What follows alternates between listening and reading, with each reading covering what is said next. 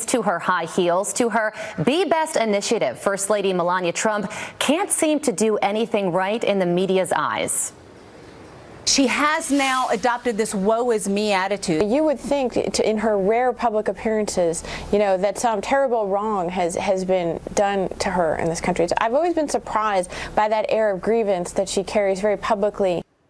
So will the media ever cut Melania any slack? Joining me now is media editor for the Daily Caller, Amber Athey. Amber, thank you so much for being with us this morning. This has been a topic that's been going on all throughout the year. I know that the media doesn't like the president, so the First Lady catches heat for being married to him.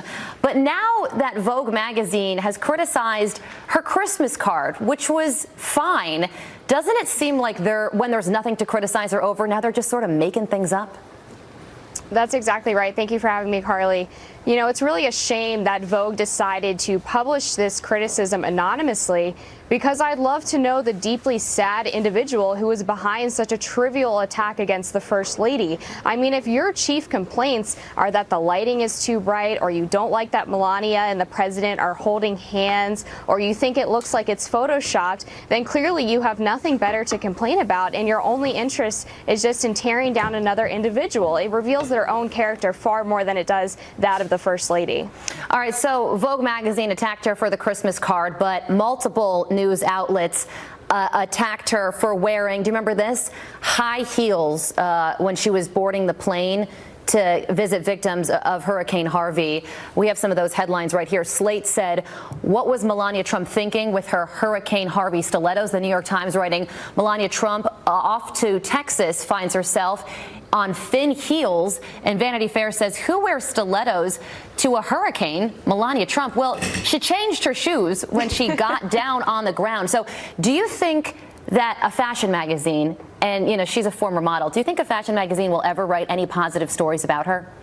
No, and it's because women's magazines have been moving to the left for quite some time now. And if you read Cosmo or Teen Vogue or any of these magazines on any given day, you'll see left-wing talking points about abortion and the supposed gender wage gap. And they've taken that left-wing attitude and applied it to the Trump administration, taking every opportunity possible to criticize Melania, whether it's for her red Christmas trees, which were painted as some kind of holiday horror show, her choice of shoes, or her decision to give former First Lady Michelle Obama a blue Tiffany's box at the inauguration. She simply can't win because these people are so desperate to get at her husband that they have to attack her as a proxy. Yeah, I always wonder what Melania Trump thinks when she sees headlines like this, whether it bothers. I feel like it doesn't bother her. She just seems like such a strong woman that she lets it roll off her back.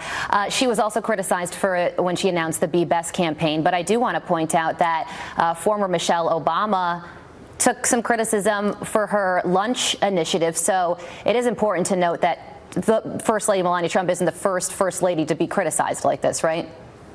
That's a totally fair point. Michelle Obama got her fair share of criticism, whether it was for the school lunches or her garden in the White House, certainly some of her outfits. I think it's a bad trend all around that really should end. I don't think we should be this tough on First Ladies, and especially regarding Melania Trump. She is a very private person. Sources close to her have said this repeatedly, but her spokesperson, Stephanie Grisham, has made clear that she doesn't see herself as a victim. And regarding her Be Best campaign, that's not only targeted at young children. I think in some ways that's actually targeted at the media as well, and that's her response to their constant attacks on her.